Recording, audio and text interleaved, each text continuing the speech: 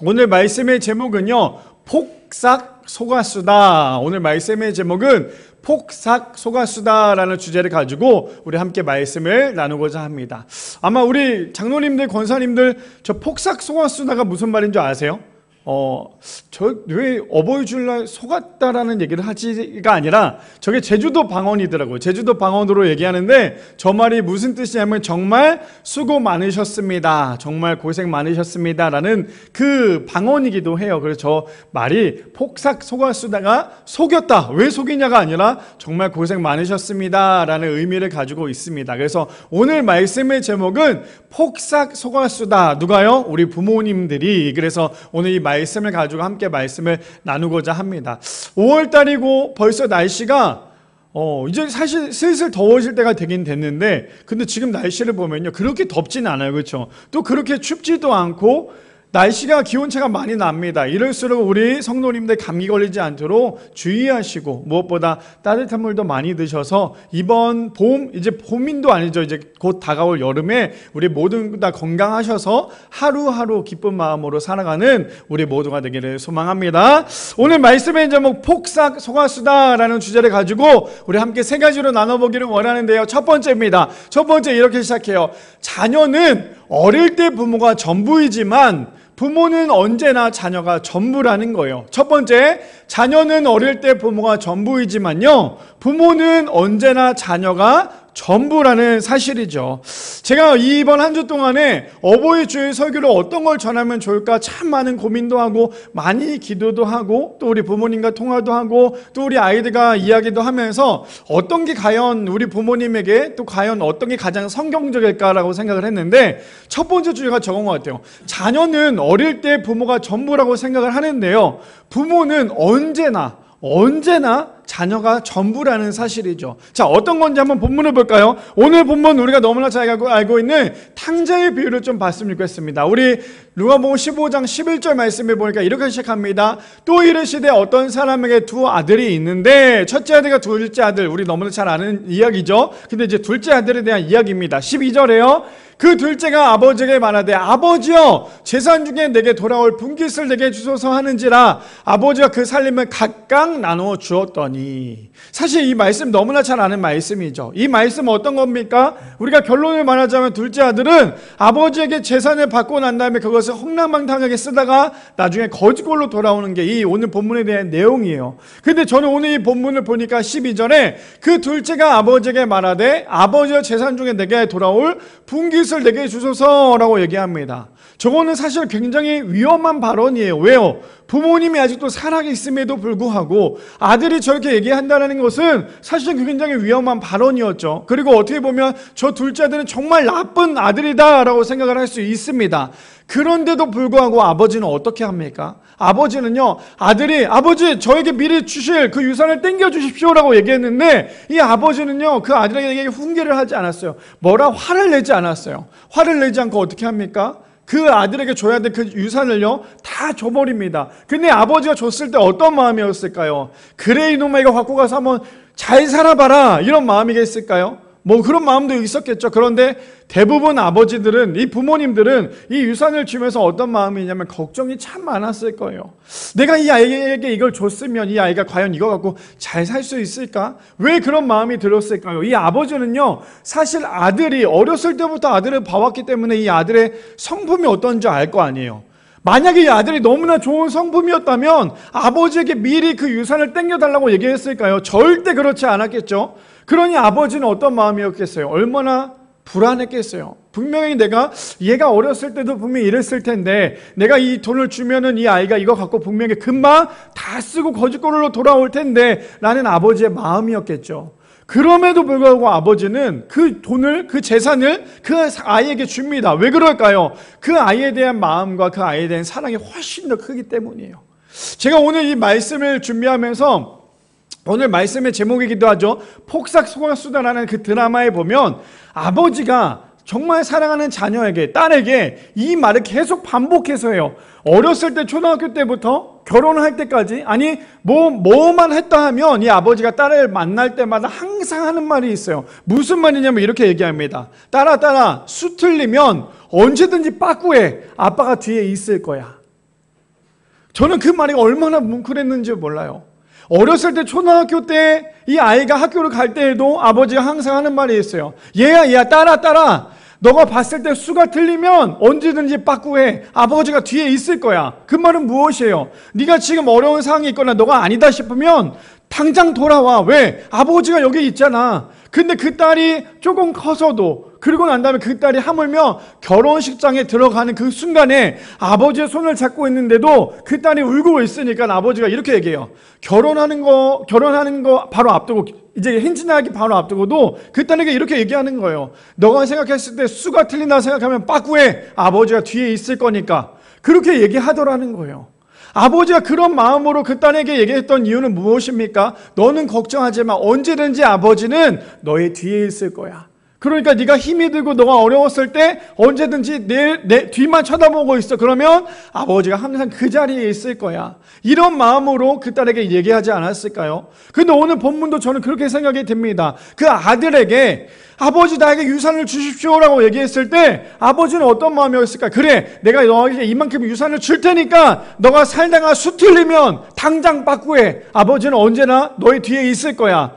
아마 이러한 마음으로 아버지가 그 자식에게, 그 자녀에게 그 유산을 물려주지 않았을까요? 근데 그 자녀는 어떤 마음일까요? 그 자녀는요, 그것을 경험해보지 않았기 때문에 그 자녀는 이게 잘못인지, 물론 잘못인지는 알았겠죠. 근데 그렇게 경험해보지 못했기 때문에 어떻게 합니까? 아버지의 유산을 가지고 갑니다. 그리고 난 다음에 어떤 일이 벌어집니까? 13절에 보니까 이렇게 얘기합니다. 그 후에 며칠이 안 되어서요. 아니, 사실 어마어마한 재산을 받았을 거 아니에요? 근데 그 재산을 받았으면 최소한의 몇 년은 버텼어야 되는데, 보통 그렇게 많은 돈을 가지고 있으면 몇 년을 버티지 못하더라는 거예요.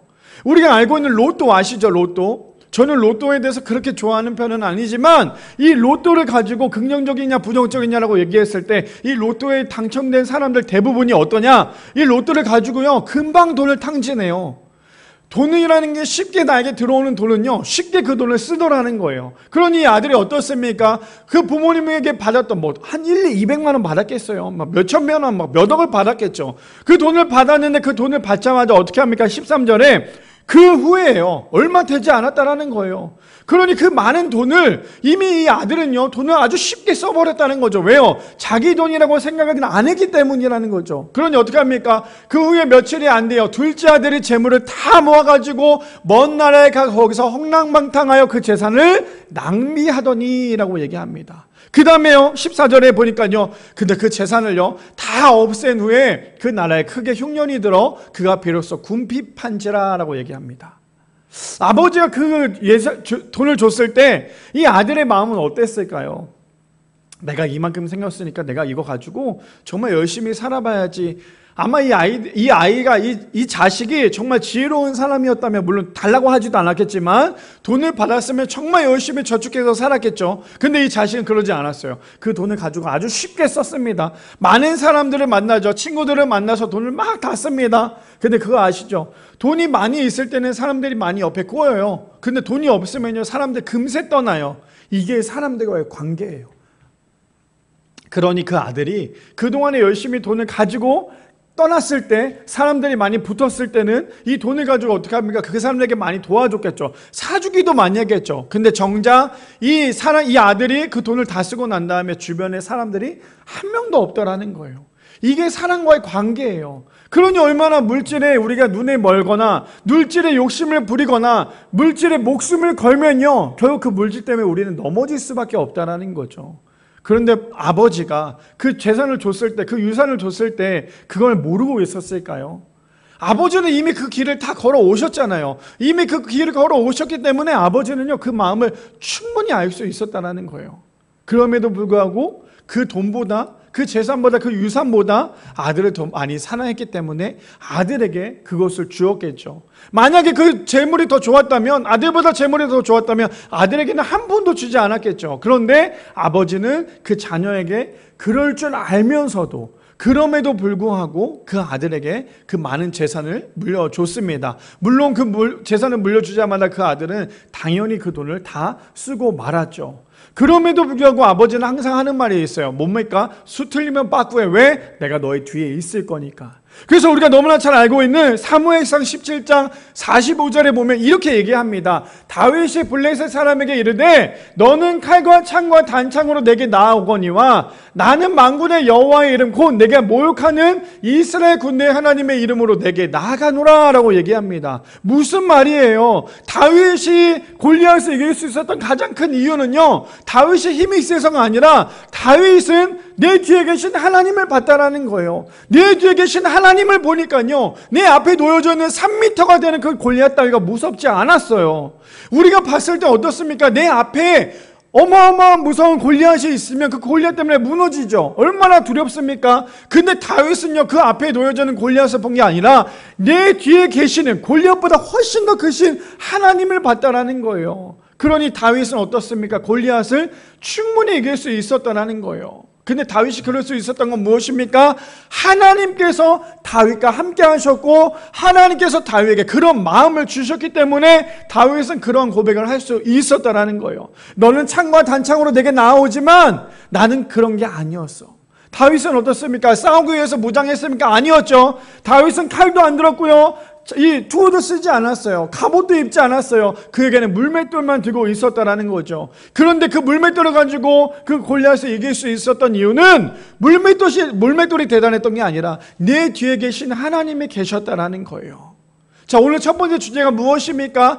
자녀는 어렸을 때 부모님이 전부라고 생각을 합니다. 그런데 부모님은요, 일평생 죽기 전까지, 아니 죽기까지 자녀가 전부라고 생각하는 게 우리 부모님이라는 거예요. 그러니 우리가 절대 부모님의 사랑을 잊어서는 안 된다라는 거죠.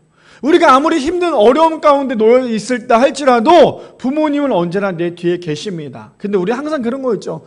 부모님이 막 이런저런 얘기하다 보면 얘기하지 마, 내가 더 잘 알아. 엄마 아빠가 뭘 안다고 자꾸만 그렇게 얘기해. 근데 사실 부모님이 몰라서 그럴까요? 부모님은 이미 그 시간을 다 걸쳐 오셨고 그 길을 걸으셨던 분이 다 부모님이시라는 거예요. 그러니 우리가 그것을 잘 깨달아야 되죠. 그러니 내 뒤에 부모님이 계신다라는 거예요. 그래서 자녀들이 살다가 가장 힘들면 어디를 찾습니까? 자녀들이 가장 힘들 때, 가장 어려울 때 가장 많이 찾는 게 바로 우리 부모님이죠.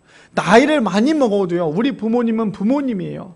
나이를 많이 먹는다 할지라도요, 부모님을 찾는 것은 자식의 마음이고, 나에게 많은 자녀가 있다 할지라도 부모님은 여전히 내 자식을 걱정하고 있더라는 거예요. 제가 예전에도 한번 말씀드렸지만 저희 할머니가 살아계셨을 때 저희 할머니가 70, 80이 되셨어요. 지금 저희 아버지 나이가 되셨음에도 불구하고 아버지가 항상 일을 나갈 때마다 항상 할머니가 하는 얘기가 있어요. 아들아 나갈 때 차 조심하고 사람 조심해라 라고 얘기를 해요. 사실 아버지 나이가 60이 넘었는데 아직도 그런 얘기를 한다는 건 제가 어렸을 때 그 얘기를 듣고 뭘 그렇게 할머니는 아버지가 그렇게 걱정이 될까라고 생각을 했는데, 이제 나이가 들어보니까 어떤 생각이 드냐면, 여전히 내 아들이 60이 넘어도 70이 넘어도 내 아들은 여전히 나에게는 애기구나, 나에게는 자녀이구나, 그 생각이 참으로 들더라는 거예요. 제가 요즘에 우리 유리윤이에게 항상 하는 말이 있어요. 유리윤이에게 애기야, 아가야 라고 얘기하면 유리윤이가 뭐라고 얘기하냐면, 아빠 내 나이가 몇 살인데 아직도 나에게 아가라고 불러요. 내 나이가 지금 몇 살인데 아직도 나한테 애기라 그래. 나 형하고 내가 누나인데 아직도 나한테 그렇게 얘기하냐고. 우리 애들 몇 살인 줄 아시죠? 7살, 5살이에요. 근데 자기에게 애기라고 부르면 아직도 왜 애기라고 부르냐고 화를 내지만, 부모님의 눈은요, 언제나 내 자녀가 나이를 먹는다 할지라도, 같이 늙어가고 같이 흰머리가 난다 할지라도 자녀는 언제나 내 자녀가 될 수밖에 없어요. 제가 요즘에 참 그런 생각이 많이 들어요. 제가 일을 하고 이제 집에 돌아오거나 일을 하면서 중간중간에 저희 아버지랑 전화 통화를 할 때가 있어요. 아버지랑 전화 통화를 하면 저희가 아버지가 항상 하는 말이 있어요. 너가 참 부모님을 잘 만났으면 그렇게 고생을 많이 안 했을 텐데, 너가 그냥 목회만 할 수 있도록 내가 돈이 참 많았으면 너에게 목회만 할 수 있는 시간을 줬을 텐데, 그랬으면 참 좋았을 텐데 내가 너를 고생시켜서 너무나 마음이 아프다. 항상 저에게 매일매일 얘기를 해요. 그럼 제가 항상 아버지한테 하는 얘기, 그만 좀 얘기하시라고. 아버지, 나는 지금 아버지가 계시고 나를 위해 기도해 주시는 부모님이 계시기 때문에 나는 지금 그거 하나만으로도 너무나 감사하다고 항상 그 얘기를 하는데도 여전히 부모님은 뭐라고 얘기하냐면, 내가 너를 고생시키는 것 같아서 너무나 마음이 아프다고. 근데 그거 아십니까? 자녀는 지금 고생이라고 생각하고 자녀는 자기가 제일 고생한다고 생각하지만 부모님은 이미 그 고생한 길을 걸어오셨어요. 그 길을 걸어오셨어요. 우리 그런 거 있죠. 제가 사실 두 번째 때 이 얘기를 하고 싶었는데 어떤 얘기냐면요. 부모는 자녀를 키우기 위해서 모진 소리를 다 들어요. 정말 일을 하면서 어떻습니까? 이 사람 저 사람에게 듣고 싶지 않은 그런 소리까지 다 듣죠. 당신 왜 그렇게 하면서 막 손가락질을 들으면서 그 일을 합니다. 근데 그 일을 하면서 버틸 수 있는 이유가 뭔지 아세요? 부모님들이 그 일을 하면서 버틸 수 있는 이유는 그 일이 너무나 힘들고 사람들로부터 모진 소리를 듣는 것이 너무나 고통스럽지만 그거보다 내 자녀를 더 사랑하기 때문에, 내 자녀에게 더 좋은 걸 더 입혀주고 싶고 먹이고 싶어서 아무리 그런 모진 소리를 듣는다 할지라도 그 모진 소리보다 자녀에 대한 사랑이 더 크기 때문에 그것을 이겨가며 그것을 참아가며 그것을 버텨가며 그 일을 하는 것이 우리 부모님이더라는 거예요. 근데 그거 아십니까?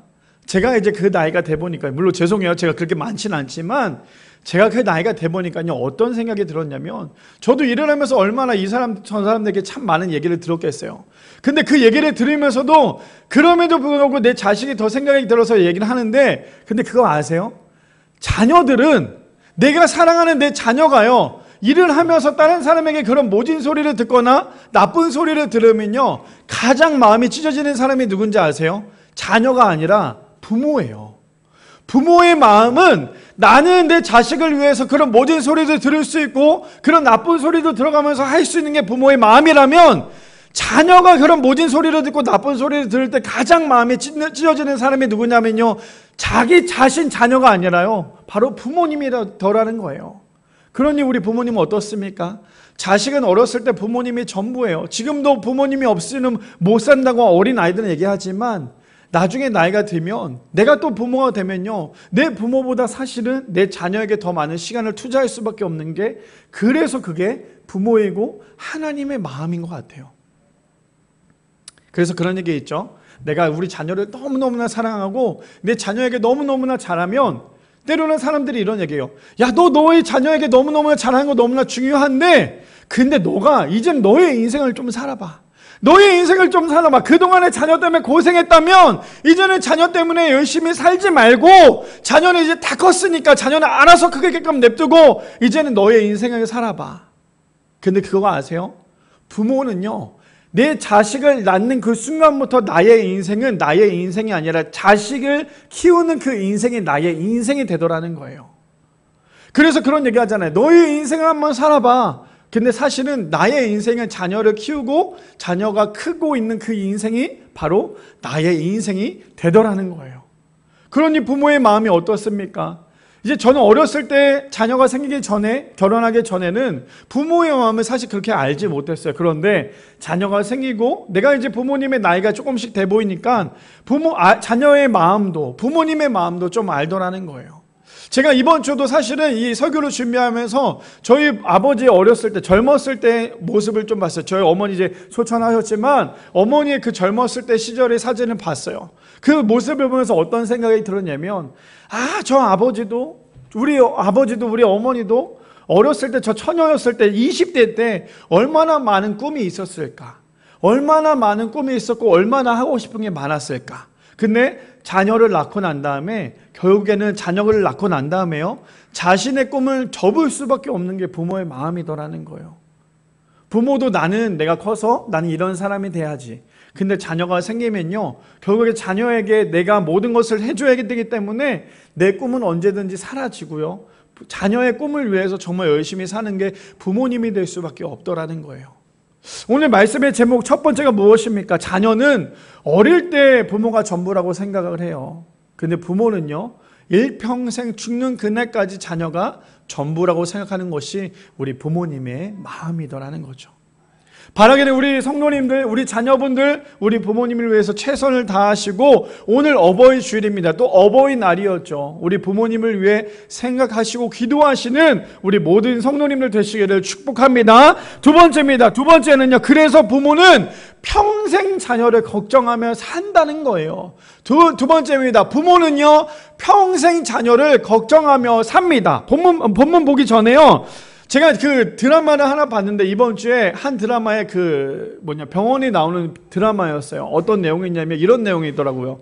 엄마가 이제 수술을 앞두고 있습니다. 근데 자녀가 의사였어요. 그래서 의사인 그 병원에 종합병원이었는데 그 병원에 입원을 합니다. 그리고 수술을 앞두기 전날 새벽에 이제 밤에 딸이랑 같이 잠을 잤어요. 그 딸이 의사인데 오늘 내가 엄마랑 같이 옆에 자겠다고 옆에서 자면서 엄마랑 이런저런 얘기를 합니다. 그리고 엄마는 내일 수술을 앞두고 있어요. 근데 엄마는 수술을 앞두고 있으면 엄마의 마음은 어떨까요? 얼마나 두렵겠어요, 사실. 그래서 딸이 물어봐요. 엄마 안 두렵냐고. 그랬더니 난 괜찮아. 나는 내일 수술 받는 거 괜찮아. 근데 그 뒤를 이어서 얘기하는 게 무엇인지 아십니까? 근데 딸아, 너 밥은 먹었니? 너 밥은 먹었어? 그런 얘기를 하는 거예요. 저는 그 내용을 보면서 얼마나 눈물이 나는지 몰라요. 무슨 말이냐? 부모님은 내일, 엄마는 내일 수술을 앞두고 있는데도 불구하고 혹시나 내 딸이, 의사인 그 내 딸이 밥을 먹지 못했을까 봐, 혹시 굶었을까 봐 내가 지금 아픈 몸보다 내 딸 밥 굶는 거가 더 걱정을 해서 얘기를 하고 있는 그 부모의 마음을 생각을 해보니까요, 얼마나 마음이 아팠는지 몰라요. 무슨 말입니까? 부모는 내가 아픈 게 중요한 게 아니라 내 자녀가 못 먹을까 봐 걱정하는 것이 부모의 마음이더라는 거예요. 그래서 두 번째 주제가 무엇입니까? 부모는 평생 자녀를 걱정하며 살아간다는 거예요. 죽는 그 순간까지 내 자녀가 밥은 굶었을까? 죽는 그 순간까지 내 자녀가 혹시나 아플까 걱정하는 것이 부모의 마음이더라는 거예요. 자, 본문을 좀 살펴볼까요? 누가복음 15장 20절에서 24절 말씀해 보니까 이어서 이렇게 얘기합니다. 이에 일어나 아버지께로 돌아가니라. 아직도 거리가 먼데 아버지가 그를 보고 치근히 여겨 달려가 목을 안고 입을 맞추니 라고 얘기합니다. 누가요? 둘째 아들이에요. 둘째 아들이 아버지의 재산을 다 쓰고 난 다음에 다 탕진하고 거지의 모습이 되고 난 다음에 아버지께 돌아옵니다. 그랬으면 아버지의 마음은 어땠을까요? 얼마나 화가 났겠어요. 이 자식이 내가 재산의 절반을 줬는데 지금 돈을 다 쓰고 왔다고? 그러면서 너는 아직 차 오지도 마. 내가 너를 아주 호적에서 파버릴 거야. 이게 사실 우리의 마음이어야 되지 않겠습니까? 근데 그 아버지는 어떻습니까? 그 아이가 나가는 그 순간부터 계속 문 밖에 나가 있어요. 계속 문 밖에 나가 있습니다. 나가서 뭐하고 있어요? 혹시나 아들이 내일 돌아오지 않을까? 혹시나 아들이 내일 돌아오지 않을까? 아버지는 문 밖에 서서 그 아들을 계속해서 지켜보고 있더라는 거예요. 제가 이 모습을 어떻게 상상이 됐냐면요, 상상이 아니죠. 실제로 보자면 제가 어렸을 때 우리 아버지, 아까 전에도 말씀드렸지만 아버지가 일을 하고 난 다음에 할머니가 항상 문 밖에서 시간이 되면 앞에 나가서 아버지가 오는지 안 오는지 계속 봐요. 그래서 제가 할머니한테 물어봐. 할머니 그만 좀 모시라고. 아버지가 시간이 되면 알아서 오시겠지 뭘 그렇게 자꾸만 보고 계시냐고. 그러면 할머니가 항상 하는 말이 있어요. 아니야, 이제 아비가 올 텐데, 이제 아비가 저기 주차장에 주차를 할 텐데 왜 아직 아비가 안 오지? 계속 걱정을 하더라는 거예요. 그럼 제가 할머니한테 얘기해요. 할머니, 그럼 제가 아버지한테 전화를 해볼게요.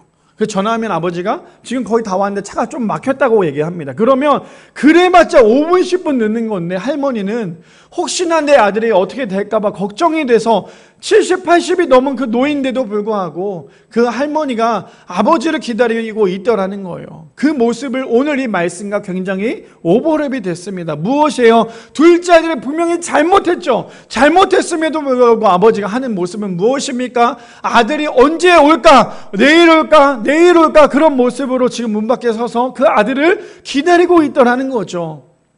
그러니 아버지는요, 부모님은 일평생 죽을 때까지, 아니 죽기 전까지 내 자녀를 걱정하는 것이 우리 부모님의 마음이더라는 거예요.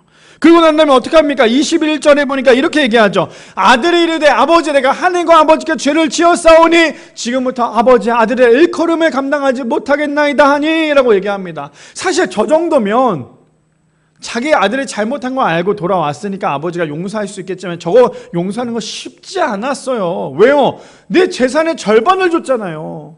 그런데 그 아버지는 처음부터 재산보다 아들을 더 사랑했어요.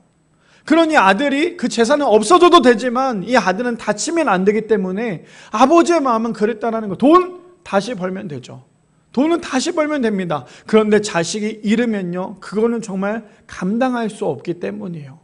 그래서 저희 아버지가 나중에 뒤늦게 저에게 고백했던 게 있어요. 내가 어렸을 때, 내가 젊었을 때 너네들 먹여 살리려고 그렇게 밤늦게까지 일을 하고 새벽같이 일을 나가서 일을 했는데 정작 지금 돌이켜보니까 정말 열심히 너네들을 위해서 돈을 벌었다고 생각을 하지만 너네들과의 보냈던 시간이 너무나 적었고, 지금 생각해보니까 돈은 벌면 그만이지만 가족과의 보내는 시간이 짧아지면 그것만큼 안타까운 게 없더라.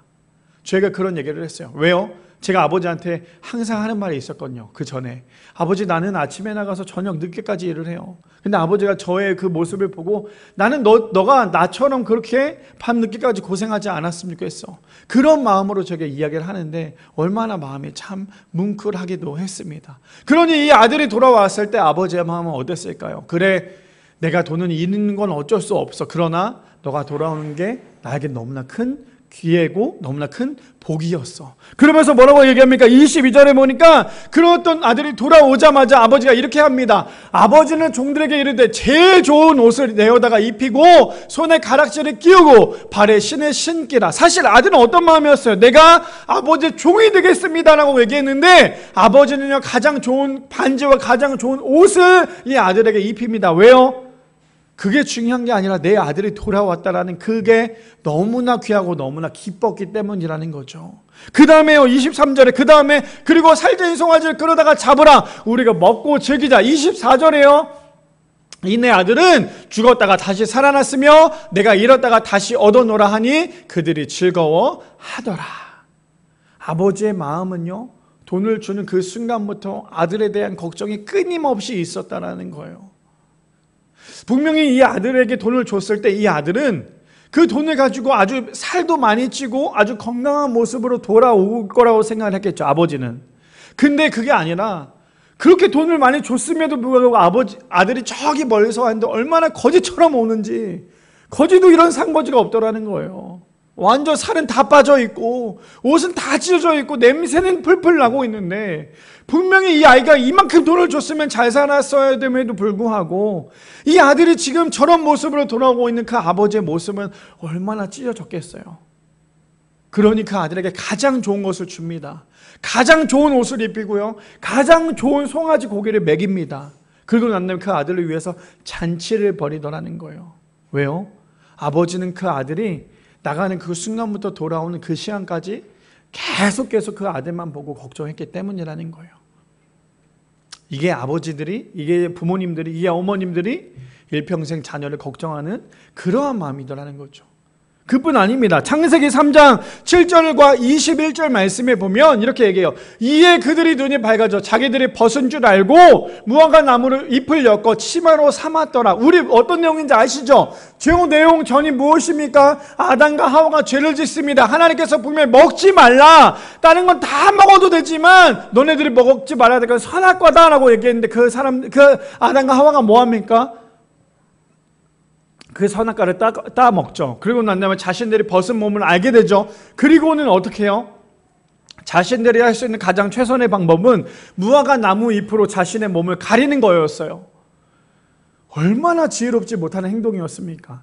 하지 말라고 하면 안 하면 돼요. 근데 그것을 끝까지 하는 게 자녀의 모습이더라는 거예요. 저희 아들이 요즘에 5살이고, 아시죠? 5살이면 우리가 흔히 말하는, 죄송해요 이런 말해서, 5살이면 정말 말 안 듣는, 죽이고 싶은 5살이라고 얘기들 많이 해요. 그만큼 말을 정말 안 들어요. 그래서 저희 아내가 저희 아이를 혼낼 때마다 이거 하지 마 라고 얘기를 했어요. 그러면 그거를 안 했으면 참 좋겠는데 아이가 한 번의 말을 들으면 그게 아이입니까? 어제 우리 아들이 뭐 했냐면, 분명히 우리 윤희가 엄마한테 스케치북 좀 줘, 나 스케치북에 그림 그릴 거야 라고 얘기를 했어요. 그래서 스케치북을 2권이나 줬어요. 2권이나 줬는데 우리 윤희가 우리 부모님이 엄마의 말을 참 잘 들었으면 얼마나 좋겠어요. 스케치북도 여러 장이 있으니까 거기다 색칠하고 그림을 그리든 말든 그거 얼마나 좋아요. 근데 우리 윤희가 테이블에다가 크레파스로 막 그것도 빨간색으로 막 색칠해놨어요. 그러니 엄마가 화가 끝까지 났겠죠. 근데 그걸 참았어요. 근데 이 윤희가요, 아래 매트 위에 있는 그 덮개에다가 빨간색 크레파스로 막 색칠을 해놓은 거예요. 그러니까 엄마가 폭발을 해버렸어요. 지금 내가 엄마가 분명히 얘기했지, 크레파스에다 그리라고. 근데 이 아이가 너 이거 왜 했어? 왜 여기다 했어? 그랬더니 나도 잘 몰라. 아니 너 이거 왜 했냐? 아니 했던 이유만 얘기해봐. 그럼 엄마가 화 안 날 때가 얘기해봐. 나도 잘 몰라. 그러니 엄마가 얼마나 화가 났겠어요. 근데 사실 며칠 전에 저희 아이들이 저와 저희 아내에게 굉장히 가슴에 못 박는 일을 저질렀어요. 그게 뭐냐면 저희 자동차를 세워놨는데 이게 참 5살짜리 아이와 7살짜리 아이가 얼마나 순수하냐면, 긍정적으로 표현할게요. 얼마나 순수하냐면요, 얼마나 그림을 그리고 싶었던지 이 아이들이 돌멩이를 주워다가 저희 자동차 옆에다가 자동차를 그려놨어요. 나중에 한번 시간이 되시면 저희 자동차 옆면에 한번 보시면 되겠습니다. 자동차에 요만큼만 기스나도 내 가슴에 기스가 나는 것처럼 보이는데요, 오른쪽 편에다가 돌멩이 같은 걸 가지고 삐죽한 거 가지고, 저희 책이 또 그 쥐색깔인 거잖아요. 근데 거기다가 막 색칠을 해놨어요. 그래서 저희 아내가 이것 때문에 정말 화가 너무 났지만 사람들이 보는 눈이 많아서 화는 내지 못했고, 그거를 지워보겠다고 열심히 또 어디 인터넷에 사가지고 막 저랑 같이 열심히 지웠어요. 이거 하면 지워진대. 그래서 제가 얘기했어요. 그걸로 지울 수 있는 그 회사들은 다 망하지 않았겠어? 아니야, 이걸로 지울 수 있어. 빡빡 문질러봐. 근데 거기에 설명서가 뭐라고 적혔는지 아세요? 지워질 때까지 문지르십시오. 지워질 때까지 문지르십시오. 그러면 이거 어떤 거냐면요, 자동차가 벗겨질 때까지 지우라는 거랑 똑같은 거예요. 그래서 저희 아내랑 저랑 지워질 때까지 지우려고 막 열심히 지웠어요. 지워졌을까요?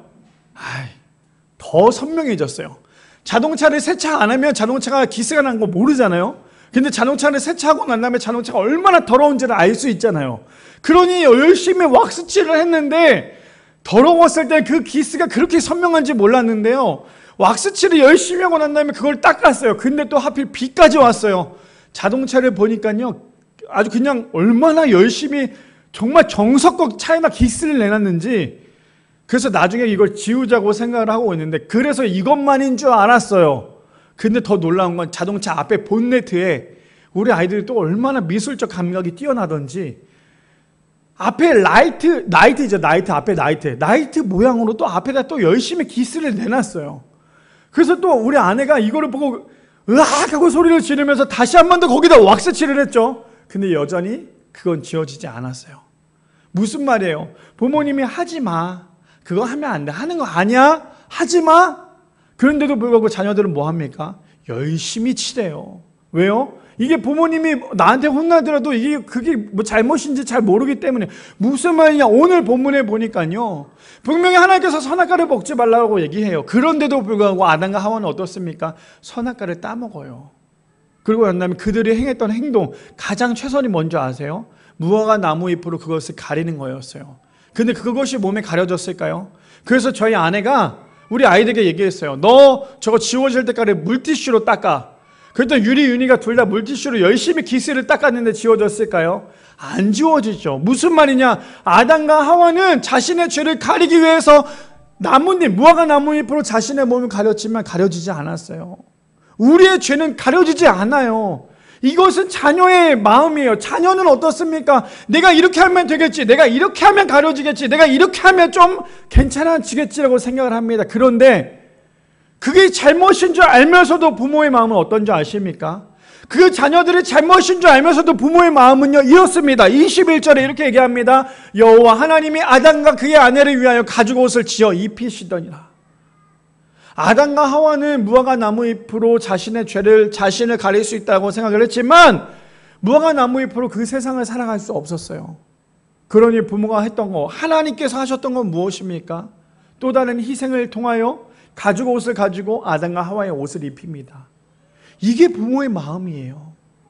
이게 부모의 마음이더라는 거예요. 나는 시장 가서 5,000원짜리, 10,000원짜리 옷을 입는다 할지라도 내 자녀는 학교 가서 혹시나 놀림당할까 봐 비싼 옷을 입히고 싶은 것이 우리 부모님의 마음이더라는 거예요. 나는 시장 가서 5,000원짜리 그 고무 장화를 신지만 내 아이는 30만 원 넘는 그 레인부츠를 신어야 되는 것이 부모님의 마음이더라는 거예요. 근데 오늘 본문 어떻습니까? 자녀의 잘못으로 무화과 나무 잎을 입혔지만 하나님은 그 마음조차도 너무나 안타까웠어요.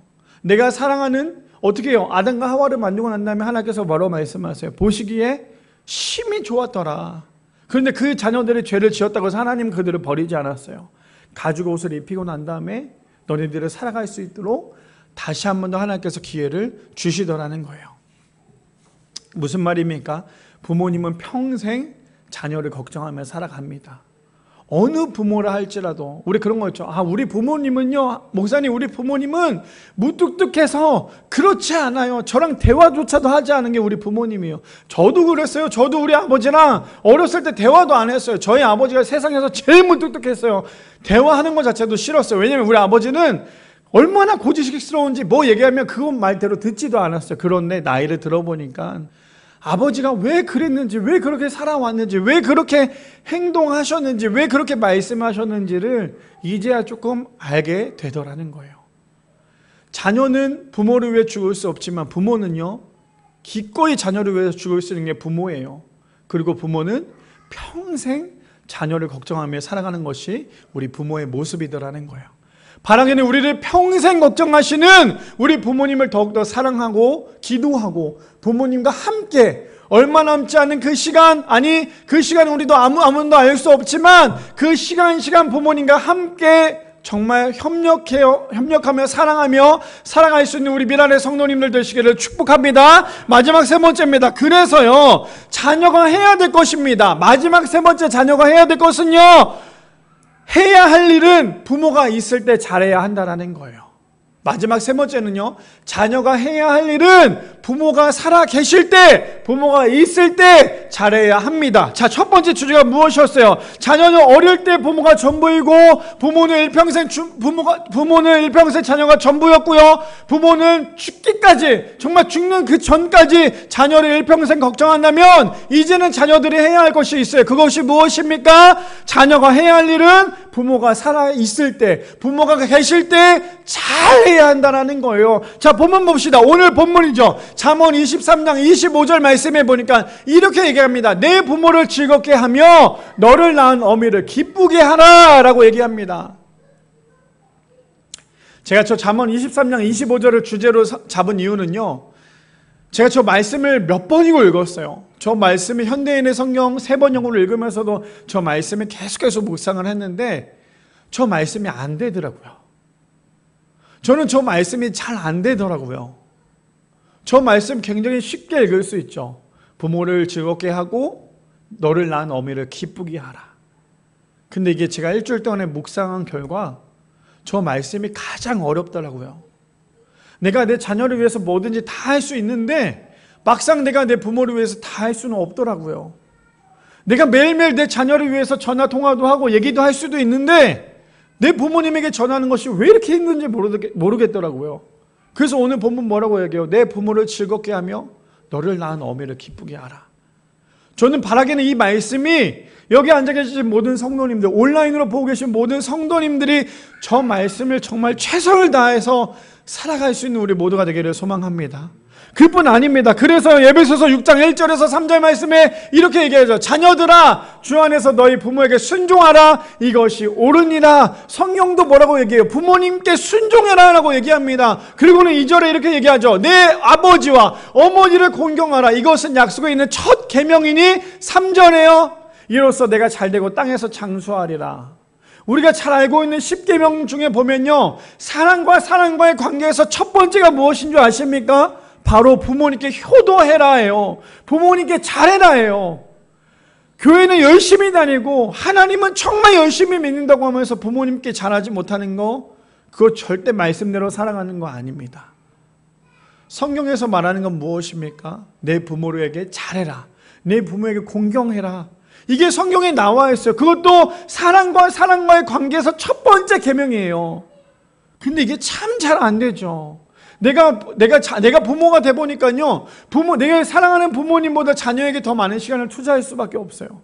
그러다 보니까 내 부모님이 혼자 계시고 외로운 거 뻔히 알면서, 그렇잖아요. 우리가 어렸을 때 부모님과 살 때는 우리 집이 시끌벅적합니다. 부모님들 안에서 부모님들도 사람들과의 관계가 있기 때문에 매번 바빠요. 그런데 부모님이 나이가 70이 넘어가고 80이 넘어가시니까 부모님 혼자 계신 시간도 너무 많고 부모님이 혼자 있는 그 시간이 너무나 많기 때문에 그 마음을 보니까 너무나 얼마나 마음이 뭉클한지 몰라요. 근데 오늘 본문에 뭐라고 얘기합니까? 내 부모에게 잘해라. 내 부모의 말씀에 순종해라. 지금 성경은 끊임없이 강조하고 있다라는 거예요. 그래야지만 네가 해야 될 건 무엇이래요? 이로써 내가 잘되고 땅에서 장수하리라. 하나님께서 말씀하신 건 네가 네 자녀에게 잘해라. 왜 잘해야 되는 줄 아니? 너가 잘한다고 해서 너가 복 받는 게 아니라 너가 잘하면 잘할수록 너의 부모님과 너의 인생 자체가 내가 원하는 삶이 될 수 있기 때문이야. 하나님께서 오늘 말씀하고 계신다라는 거예요. 근데요, 잠언 15장 20절 말씀해 보니까 이렇게 얘기합니다. 지혜로운 아들은 아비를 즐겁게 하여 두어 미련한 자는 어미를 업신여기느니라. 제가 잠언을 계속 다 찾아봤어요. 잠언을 찾아보니까 참 이게 부모님에게 잘해라, 부모님에게 잘해라, 부모님에게 잘하지 못한 사람은 미련한 사람이다. 이게 잠언이 계속 강조해요. 그러면서 제가 잠언을 묵상을 하면서 제가 왜 말씀 두 가지만 가져왔냐면, 저는 그렇다면 과연 어떤 사람일까? 나는 과연 지혜로운 아들일까? 아니면 미련한 아들일까? 근데 제가 말씀을 묵상하면서 또 묵상하면서 또 묵상하면서 계속 깨달은 건 뭐냐면요, 나는 지혜로운 아들이 될 수 없구나. 저는 그 말씀이 자꾸만 저에게 와닿더라고요. 분명히 성경에서는 지혜로운 아들은 아비를 즐겁게 하고 어미도 즐겁게 하라고 얘기하는데, 미련한 자는 어미를 업신여기고 아비를 업신여기고 있구나. 지금 사실 제가 강단에서 설교하는 저조차도요, 제가 이것을 잘해서 얘기하는 게 아니라요, 어쩌면 지금 제가 이 말씀이 저에게 하는 말씀이에요. 야, 황범 목사야, 너나 좀 부모한테 잘해. 네가 좀 부모한테 잘해. 그래야 되지 않겠어? 지금 저에게 얘기하고 있는 거예요. 근데 성경에서 끊임없이 얘기합니다. 부모에게 잘하는 것이 지혜로운 거지만 부모에게 업신여기는 것이 미련한 것이야. 성경은 끊임없이 얘기하더라는 거예요. 세 번째 주제가 무엇입니까? 자녀가 그래서 해야 할 것은요, 부모님이 있을 때 잘해야 된다는 거예요. 저희 아내랑 이번 주 한 주 동안에 제가 왜 자꾸 저희 아내 얘기를 하냐, 저희 아내는 제발 설교 때 자기 얘기를 하지 말라고 얘기해요. 근데 이번 주에 저희 아내, 제가 사실 누구를 그렇게 만나겠습니까? 저희 아내랑 대화를 제일 많이 하겠죠. 근데 저희 아내랑 이런저런 얘기를 하면서 차를 한 잔 마시면서 얘기를 했는데 그런 얘기를 했어요. 저희 아내는 참 희한해요. 그게 뭐냐면 부모님의 얘기를 하면 그렇게 울어요.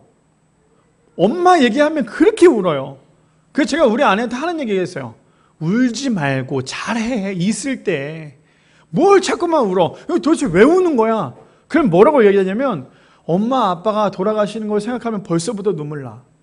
그 제가 하는 얘기였어요. 그러니까 있을 때 잘하라고. 아니 아직 돌아가신 게 아니라 살아계시는데 왜 네가 울고 있냐고 제가 얘기를 해요. 그러면 요즘에 그런 생각이 문득 든대요. 저희 아내가 뭐 나이도 그렇게 많지도 않으면서 저희가 얘기하는 게, 내가 요즘에 나이를 먹는 게 실감이 나. 그래서 왜 뭐가 실감이 나? 그랬더니 우리 엄마 아빠가 정말 너무나 늙고 있고 할머니 할아버지가 됐고 이제 나는 우리 부모님과 얼마 시간이 그렇게 많지 않겠구나, 많은 시간이 남아있지 않겠구나라는 생각이 들면 눈물이 난대요. 그래서 제가 하는 얘기가 있어요. 그래, 맞아. 사실 저도 사실 그런 생각이 참 많이 들어요. 우리 아버지, 우리 장모님, 장인 어른이랑 앞으로 우리가 같이 사역하고 같이 신앙생활 할 시간이 어쩌면 길면 뭐 15년, 20년까지 이렇게까지 길게 볼 수도 있겠지만 짧으면 5년에서 10년이겠죠. 그 시간 동안 과연 나는 우리 부모님에게 얼마나 잘할 수 있을까? 제가 사실 우리 미랄교회를 개척을 하면서 우리 부모님들에게 개척을 하겠습니다, 다시 개척하겠습니다라고 말씀드렸을 때 첫 번째 이유가 이거였어요. 우리가 이제 우리 부모님들이 노년이 되셨고 나이가 많으신데 나는 이제 우리 교회에서 마지막 목회를 우리 부모님들과 같이 하고 싶어요. 그래서 개척을 해서 우리 부모님 마지막 임종도 지켜드리고 그 모든 시간들을 같이 우리 교회에서 신앙생활을 했으면 좋겠어요. 그런 마음이 컸거든요. 근데 시간이 지나면서 지금 어느덧 제가 우리 아버지에게, 우리 장모님에게도 그런 얘기를 했어요. 의정부 때만큼만이라도 우리 부모님들이 그만큼 나이가 됐었으면 참 좋았을 텐데, 그때 우리 부모님들 나이가 60 정도밖에 되지 않으셨는데 그 정도 나이만 됐었어도 우리 정말 더 열심히 목회하고 더 사역했을 텐데, 그 생각을 우리 서로 얘기를 참 많이 합니다. 그러면서 문득 드는 생각이 그거예요. 이제 우리 부모님과 같이 보낼 시간이 과연 얼마나 될까? 근데 그 시간을 보내면서 과연 우리 부모님과 얼마나 많은 대화를 할 수 있고 얼마나 많은 이야기를 할 수 있을까? 그런 생각이 요즘에 문득 많이 들기도 합니다. 그럼 제가 우스갯소리를 얘기해요. 저희 아버지가 항상 얘기했어요. 맞아, 내가 앞으로 살아봤자 얼마나 살겠어. 얼마나 살겠어. 내가 앞으로 해봤자 얼마나 너를 도와주겠어. 그럼 제가 아버지한테 얘기해요. 앞으로 100년 더 남았는데 무슨 걱정을 하냐고. 나는 한 가지 소망이 있다고. 아버지가 나보다 더 오래 사는 거라고. 이렇게 얘기하면 아버지가 말 같지도 않은 소리 하지 말라고 얘기하면서도 웃으세요. 그렇게 오래 살기를 원하시기도 하겠죠. 무슨 말입니까? 부모님이 살아있을 때 잘해야 돼요. 제가 그래서 여기다 이런 문구를 적어왔어요. 부모는요, 기다려주지 않아요. 부모는 절대 기다려주지 않습니다. 제가 우리 아내랑도 얘기했지만 저희 어머니가 이제 벌써 소천하신 지 7년이라는 시간이 지났어요. 지나면서 어떤 생각이 드냐면 우리 유리윤이 벌써 이만큼 컸는데 우리 어머니가 살아계셨으면 우리 어머니가 유리윤이 보고 얼마나 이뻐했을까. 이제 내가 조금 목회도 하고 예전보다 조금 더 자리를 잡아가고 있는데 이제 부모님과 좀 시간을 보낼 수 있는 시간들이 조금씩 생기고 있는데 이러면 참 좋았을 텐데 라고 생각을 하게 되더라고요. 근데요, 우리가 이렇게 내가 이제 좀 자리를 잡아서 내가 이제 조금 살만하면 부모님에게 잘해야지. 그러면 부모님은 계시지 않더라고요. 내가 이제 조금 돈을 벌고 내가 이제 조금 자리를 잡았으니까 부모님에게 더 잘해야지, 더 효도해야지, 그 생각하는 그 순간 전화 걸 데가 없더라고요. 저도 때로는 가장 힘이 들 때가 있어요. 가장 힘이 들 때 저희 아내가 물어봐요. 오빠는 언제 가장 엄마가 생각나냐고. 그럼 저도 저희 어머니가 가장 생각이 많이 나죠. 가장 힘이 들었을 때 어머니가 생각이 참 많이 듭니다. 그래서 저도 가끔씩 엄마가 계시는 그곳에 빨리 가고 싶다라는 생각을 참 많이 할 때도 있어요. 근데 그런 생각을 할 때도 있지만 결국에는 어떻습니까? 물론 부모님이 생각이 날 때도 있지만요, 내가 항상 생각하는 건 무엇이냐면 있을 때 좀 더 잘할 걸. 있을 때 좀 더 잘할 걸. 저희 어머니 마지막 임종 전에는 저는 대전에 있었거든요. 그러니 얼마나 더 많이 찾아뵙지 못했겠어요. 제가 지금도 가장 안타까워하는 건 무엇이었냐면 저희 어머니 임종 앞두기 전에 저희 어머니가 1월 달에 소천하셨는데 12월 25일 날 저희 어머니가 저에게 전화를 했었어요. 크리스마스니까 잘 있냐고, 잘 하고 있냐고, 사역 잘하고 있냐고.